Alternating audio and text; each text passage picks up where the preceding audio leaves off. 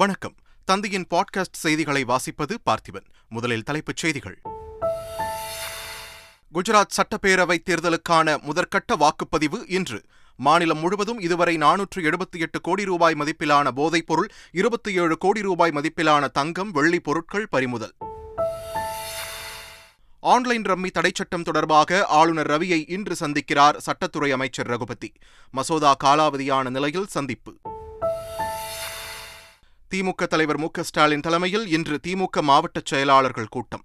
நாடாளுமன்ற தேர்தல் குறித்து ஆலோசனை நடைபெறும் என தகவல். அந்தமான் கடல் பகுதியில் டிசம்பர் 5ஆம் தேதி காற்றழுத்த தாழ்வு பகுதி உருவாக வாய்ப்பு. அடுத்த 5 நாட்களுக்கு மிதமான மழை பெய்யும் எனவும் வானிலை ஆய்வு மையம் தகவல். எல்லை அருகே இந்திய அமெரிக்க ராணுவம் கூட்டுப் பயிற்சி. ஒப்பந்தங்களை மீறும் செயல் என சீனா எதிர்ப்பு. பாகிஸ்தானில் நிலக்கரி சுரங்கத்தின் மேற்பகுதி இடிந்து விழுந்து விபத்து. 9 பேர் உயிரிழப்பு, பலர் படுகாயம். உலகக்கோப்பை கால்பந்து தொடரில் போலந்தை வீழ்த்தி 2வது சுற்றுக்கு தகுதி பெற்றது அர்ஜென்டினா. சவுதி அரேபியாவை வீழ்த்தி மெக்சிகோ அணி வெற்றி. இனி விரிவான செய்திகள். ஆன்லைன் சூதாட்ட விளையாட்டை தடை செய்யும் மசோதா குறித்து விவாதிக்க ஆளுநர் என் ரவியை சட்டத்துறை அமைச்சர் ரகுபதி இன்று சந்திக்க உள்ளார். சட்டத்துறை செயலர் கோபிகுமார், உள்துறை செயலர் பனீந்திர ரெட்டி ஆகியோரும் ஆளுநரை சந்திக்கின்றனர். ஆன்லைன் சூதாட்ட விளையாட்டுகளை தடை செய்வதற்கான அவசர சட்டத்தை தமிழக அரசு இயற்றி ஆளுநரின் ஒப்புதலுக்காக அனுப்பப்பட்டது. அந்த சட்டத்திற்கு அவர் ஒப்புதல் தரவில்லை. இதனால் அந்த சட்டம் காலாவதியானது. இந்நிலையில் ஆளுநர் என் ரவியை ஆளுநர் மாளிகையில் சட்டத்துறை அமைச்சர் ரகுபதி இன்று சந்திக்க உள்ளார். அப்போது அமைச்சர் மற்றும் அதிகாரிகள் தரும் விளக்கத்தின் அடிப்படையில் மசோதா மீது ஆளுநர் முடிவெடுப்பார் என்று தெரிகிறது. ஆன்லைன் ரம்மி தடைச்சட்டத்திற்கு ஒப்புதல் அளிப்பதில் ஆளுநர் என் ரவி அப்பட்டமாக அரசியல் செய்வதாக தமிழக காங்கிரஸ் தலைவர் KS அழகிரி குற்றம் சாட்டியுள்ளார். அதற்கான காரணங்களை அண்ணாமலை புதிதாக இப்பொழுதுதான் சொல்லுகிறார். அண்ணாமலை அவர்களுக்கு இந்த காரணங்கள் தெரியும் என்றால் இந்த ஆன்லைன் ரம்மிக்கு ஆட்டத்திற்கான பரிந்துரை சட்டமன்றத்தில் செய்த பொழுதே அவர் தன்னுடைய கருத்தை சொல்லியிருக்கலாம். அவர்களுக்கு அங்கே உறுப்பினர்கள் இருக்கிறார்கள். ஆனால் அதெல்லாம் சொல்லாமல் இப்பொழுது மத்திய அரசாங்கத்தை தாங்கி பிடிக்கிறதுக்காக அவர் செய்கிறார். ஆளுநரை பொறுத்தவரை அப்பட்டமாக அரசியல் செய்கிறார். நீங்கள் ஆளுநர் செய்கிற அரசியலுக்கு எல்லையே கிடையாது. சென்னையில் மீண்டும் ஆன்லைன் ரம்மியால் ஆட்டோ ஓட்டுநர் ஒருவர் தூக்கிட்டு தற்கொலை செய்து கொண்ட சம்பவம் பரபரப்பை ஏற்படுத்தியுள்ளது. மணலியைச் சேர்ந்த ஆட்டோ ஓட்டுநர் பார்த்திபன் என்பவர் வீட்டில் தூக்கிட்டு தற்கொலை செய்து கொண்டார்.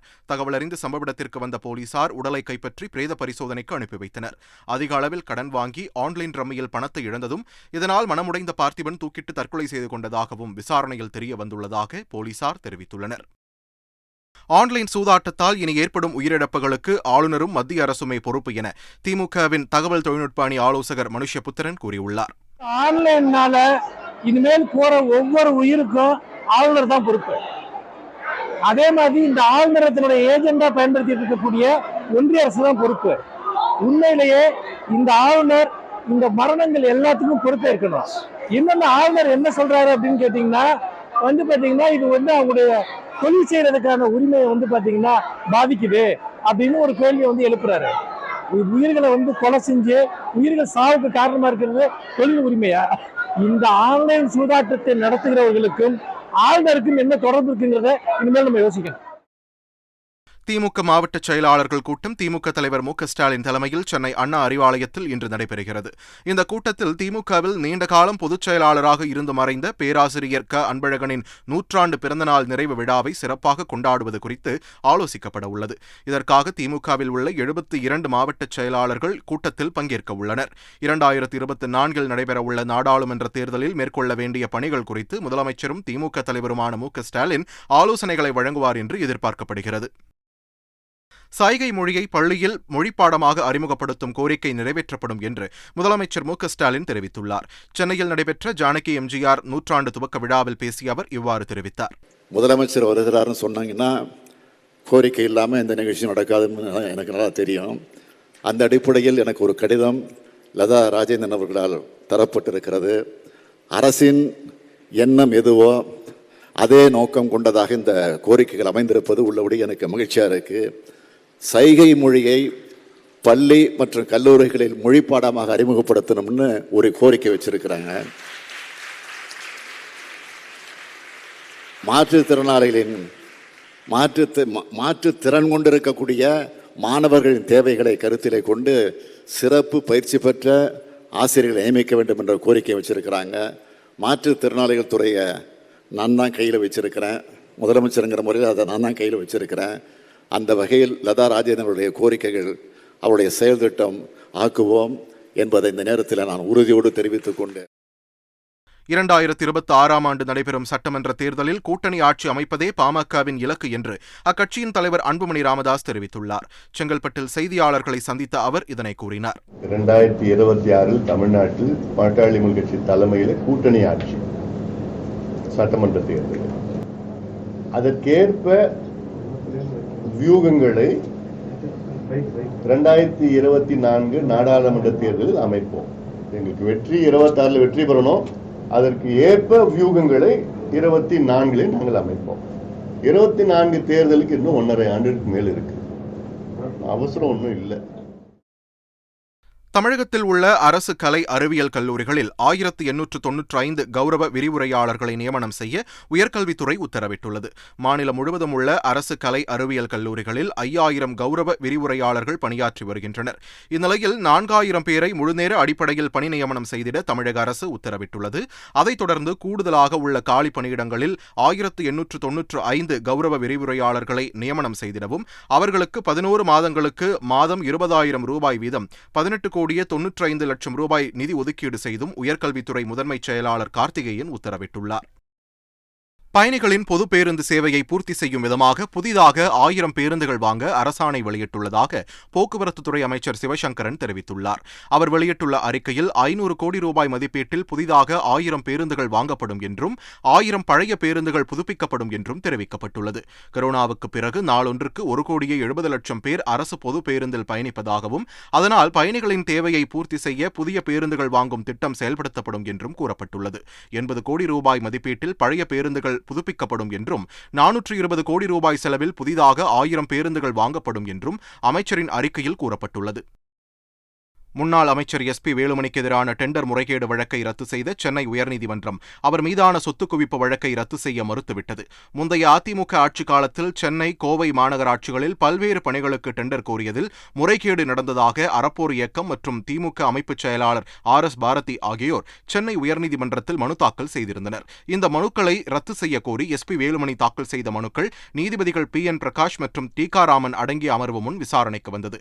விசாரணையின் முடிவில் வேலுமணிக்கு எதிரான டெண்டர் முறைகேடு வழக்கை ரத்து செய்து நீதிபதிகள் உத்தரவிட்டனர். அதே சமயம் அவருக்கு எதிரான சொத்து குவிப்பு வழக்கை ரத்து செய்ய மறுத்த நீதிபதிகள் இது தொடர்பான மனுவை தள்ளுபடி செய்தும் உத்தரவிட்டனர்.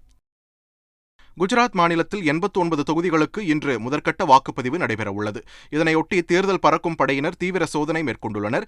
தேர்தல் நடைபெறவுள்ள இடங்களில் நடத்தப்பட்ட சோதனையில் 478 கோடி ரூபாய் மதிப்புள்ள 143 கிலோ போதைப் பொருட்கள் பறிமுதல் செய்யப்பட்டுள்ளதாக இந்திய தேர்தல் ஆணையம் அதிகாரப்பூர்வமாக அறிவித்துள்ளது.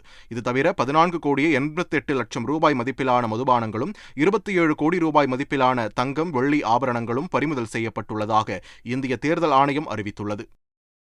மத்திய அரசின் சுகாதார திட்டங்களால் 8 மாநிலங்களில் பேறுகால இறப்பு வீதம் குறைந்துள்ளதாக தெரிவிக்கப்பட்டுள்ளது. இதுகுறித்து இந்திய தலைமை பதிவாளர் வெளியிட்டுள்ள அறிக்கையில் 2014-2016 ஆண்டில் பேறுகால இறப்பு 130ஆகவும், 2015-2017 ஆண்டில் 122ஆகவும், 2016-2018 113ஆகவும், 2017-2019 103ஆகவும், 2018-2020 ஆண்டில் 97ஆகவும் குறைந்துள்ளதாக தெரிவிக்கப்பட்டுள்ளது. தேசிய சுகாதார கொள்கையின் அடிப்படையில் 1 லட்சம் பிறப்புகளுக்கு பேறுகால இறப்பை 100க்கும் கீழ் குறைக்க வேண்டும் என்ற இலக்கு நிர்ணயிக்கப்பட்டிருந்ததாகவும் இந்த இலக்கை முன்பு 6 மாநிலங்கள் எட்டியிருந்த நிலையில் தற்போது 8 மாநிலங்கள் எட்டியுள்ளதாக குறிப்பிடப்பட்டுள்ளது. இந்தியா அமெரிக்காவின் கூட்டு ராணுவ பயிற்சி உத்தரகாண்டில் நடைபெற்று வருகிறது. சீன எல்லையில் இருந்து 100 கிலோமீட்டர் தொலைவில் ஆலி என்ற நகரில் நடைபெற்று வருகிறது. பேரிடர் நிவாரண நடவடிக்கைகளில் இரு படையினரும் இணைந்து பணியாற்றுவதை மேம்படுத்துதல், போர் நிபுணத்துவத்தை பகிர்ந்து கொள்வது உள்ளிட்டவையை நோக்கமாக கொண்டு இந்த கூட்டு பயிற்சி நடைபெறுகிறது. இதற்கு சீனா எதிர்ப்பு தெரிவித்துள்ளது. பீஜிங்கில் செய்தியாளர்களுக்கு பேட்டி அளித்த சீன வெளியுறவு அமைச்சக செய்தி தொடர்பாளர் ஜாவோ லிஜியன், எல்லை கட்டுப்பாட்டு கோடு அருகே இந்தியாவும் அமெரிக்காவும் நடத்தும் கூட்டு ராணுவ பயிற்சியானது 1993 மற்றும் 1996 சீனாவும் இந்தியாவும் கையெழுத்திட்ட ஒப்பந்தங்களை மீறுவதாகும் என்று கூறியுள்ளார். கிழக்கு திசை காற்றின் வேக மாறுபாடு காரணமாக தமிழகத்தில் அடுத்த 5 நாட்களுக்கு மிதமான மழை பெய்யும் என்று வானிலை ஆய்வு மையம் கூறியுள்ளது. சென்னை மாநகரின் ஒரு சில இடங்களில் லேசான மழையை எதிர்பார்க்கலாம் என்று தெரிவித்துள்ளது. டிசம்பர் 5ஆம் தேதி அந்தமான் கடல் பகுதியில் புதிய காற்றழுத்த தாழ்வு பகுதி உருவாகும் என்று வானிலை ஆய்வு மையம் குறிப்பிட்டுள்ளது. பாகிஸ்தானில் நிலக்கரி சுரங்கம் இடிந்து விழுந்த விபத்தில் 9 பேர் உயிரிழந்தனர். கைபர் பாக்துன்குவா மாகாணம் ஒரக்சாய் மாவட்டத்தில் உள்ள நிலக்கரி சுரங்கத்தின் மேற்பகுதி திடீரென இடிந்து விழுந்துள்ளது. இதில் தொழிலாளர்கள் சிக்கிக் கொண்டனர். இதுபற்றி தகவல் அறிந்த மீட்புக் குழுவினர் சம்பவ இடத்திற்கு சென்று மீட்பு நடவடிக்கையில் ஈடுபட்டுள்ளனர். சுரங்க இடிபாடுகளில் இருந்து 9 பேரின் உடல்கள் மீட்கப்பட்டுள்ள நிலையில் 4 பேர் பலத்த காயங்களுடன் மீட்கப்பட்டதாக தகவல் வெளியாகியுள்ளது. விபத்திற்கான காரணம் குறித்து அதிகாரிகள் விசாரணை நடத்தி வருகின்றனர். கனிம வளத்துறை அதிகாரிகள் கொண்ட குழு சம்பவ இடத்தை நேரில் ஆய்வு செய்தனர். எரிவாயு தீப்பற்றியதால் விபத்து ஏற்பட்டதாக கூறப்படுகிறது. ஸ்பெயினில் உக்ரைன் தூதரகத்தில் லெட்டர் வெடிகுண்டு வெடித்ததில் தூதரக அதிகாரிகள் காயமடைந்தனர். அவர்கள் உடனடியாக அருகில் உள்ள மருத்துவமனையில் அனுமதிக்கப்பட்டுள்ளனர். இந்த தாக்குதலை தொடர்ந்து தூதரகம் உள்ள பகுதியில் ஸ்பெயின் ராணுவம் பாதுகாப்பை பலப்படுத்தியுள்ளது. இதனிடையே வெளிநாடுகளில் உள்ள அனைத்து உக்ரைன் தூதரகங்களிலும் பாதுகாப்பை அதிகரிக்குமாறு உக்ரைன் வெளியுறவுத்துறை அமைச்சர் டிமிட்ரோ குலேபா உத்தரவிட்டுள்ளார். கொரோனா கட்டுப்பாடுகளுக்கு எதிராக சீனாவில் மீண்டும் போராட்டம் வெடித்தது. கடந்த 24ஆம் தேதி ஜின்ஜியாங் மாகாணத்தின் தலைநகர் உரும்கியில் தொடங்கிய இந்த போராட்டம் நாடு முழுவதும் பரவி தீவிரமடைந்தது. கடந்த 28ஆம் தேதி வரை தலைநகர் பீஜிங், ஷாங்காய் உள்ளிட்ட நகரங்களில் தொடர் போராட்டங்கள் நடந்து வந்தன. இந்நிலையில் சீனாவின் குவாங்டாங் மாகாணத்தின் தலைநகரான குவாங்ஷு நகரில் கொரோனா கட்டுப்பாடுகளுக்கு எதிராக மக்கள் புதன்கிழமையன்று போராட்டத்தில் ஈடுபட்டனர். நூற்றுக்கணக்கான மக்கள் வீதிகளில் இறங்கி போராடிய நிலையில் அவர்களை கலைக்க போலீசார் முற்பட்டபோது இருதரப்பிற்கும் இடையில் மோதல் வெடித்தது.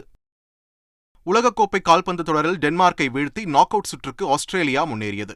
குரூப் டி பிரிவு லீக் ஆட்டத்தில் ஆஸ்திரேலியா, டென்மார்க் அணிகள் விளையாடின. இப்போட்டியின் முதல் பாதியில் கோல்கள் பதிவாகவில்லை. இதனால் இரண்டாவது பாதி ஆட்டம் மேலும் விறுவிறுப்படைந்தது. ஆட்டத்தின் 60வது நிமிடத்தில் கிடைத்த வாய்ப்பில் ஆஸ்திரேலிய வீரர் மேத்யூ லெகி கோல் அடித்தார். அதன் பின்னர் இறுதி வரை கோல்கள் அடிக்கப்படவில்லை. எனவே ஆஸ்திரேலிய அணி 1-0 என வெற்றி பெற்றதுடன் நாக் அவுட் சுற்றுக்கும் முன்னேறியது.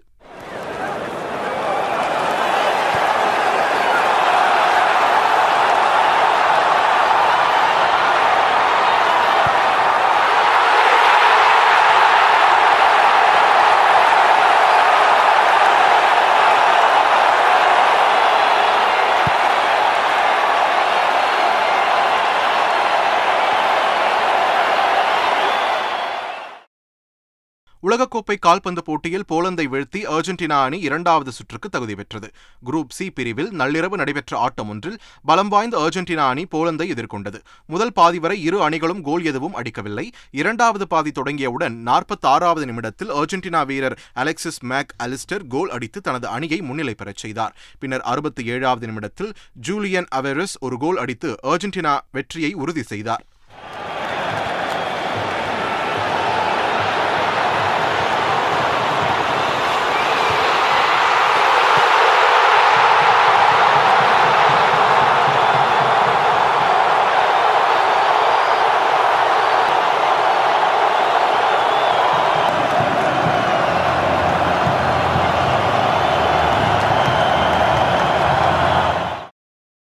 உலகக்கோப்பை கால்பந்து தொடரில் சவுதி அரேபியாவை வீழ்த்தி மெக்சிகோ அணி வெற்றி பெற்றது. குரூப் சி பிரிவில் நள்ளிரவில் நடைபெற்ற 2வது ஆட்டத்தில் சவுதி அரேபியா, மெக்சிகோ அணிகள் மோதின. முதல் பாதியில் எந்த அணியும் கோல் அடிக்காததால் சமநிலை நீடித்தது. இரண்டாவது பாதியின் 47வது நிமிடத்தில் மெக்சிகோ வீரர் ஹென்றி மார்டின் முதல் கோலை அடித்தார். தொடர்ந்து 52வது நிமிடத்தில் ஃப்ரீ கிக் முறையில் மற்றொரு வீரர் லூயிஸ் சாவேஸ் கோல் அடித்து மெக்சிகோவை முன்னிலை பெறச் செய்தார். இறுதியில் 2-1 என்ற கோல் கணக்கில் மெக்சிகோ அணி வெற்றி பெற்றது. மீண்டும் தலைப்புச் செய்திகள். குஜராத் சட்டப்பேரவை தேர்தலுக்கான முதற்கட்ட வாக்குப்பதிவு இன்று.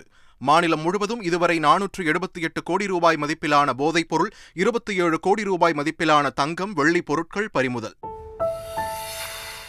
ஆன்லைன் ரம்மி தடைச்சட்டம் தொடர்பாக ஆளுநர் ரவியை இன்று சந்திக்கிறார் சட்டத்துறை அமைச்சர் ரகுபதி. மசோதா காலாவதியான நிலையில் சந்திப்பு. திமுக தலைவர் மு.க. ஸ்டாலின் தலைமையில் இன்று திமுக மாவட்ட செயலாளர்கள் கூட்டம். நாடாளுமன்ற தேர்தல் குறித்து ஆலோசனை நடைபெறும் என தகவல். அந்தமான் கடல் பகுதியில் டிசம்பர் 5ஆம் தேதி காற்றழுத்த தாழ்வு பகுதி உருவாக வாய்ப்பு. அடுத்த 5 நாட்களுக்கு மிதமான மழை பெய்யும் எனவும் வானிலை ஆய்வு மையம் தகவல். எல்லை அருகே இந்திய அமெரிக்க ராணுவம் கூட்டுப் பயிற்சி. ஒப்பந்தங்களை மீறும் செயல் என சீனா எதிர்ப்பு. பாகிஸ்தானில் நிலக்கரி சுரங்கத்தின் மேற்பகுதி இடிந்து விழுந்து விபத்து. 9 பேர் உயிரிழப்பு, பலர் படுகாயம். உலகக்கோப்பை கால்பந்து தொடரில் போலந்தை வீழ்த்தி 2வது சுற்றுக்கு தகுதி பெற்றது அர்ஜென்டினா. சவுதி அரேபியாவை வீழ்த்தி மெக்சிகோ அணி வெற்றி. இத்துடன் தந்தையின் பாட்காஸ்ட் செய்திகள் நிறைவு பெறுகின்றன.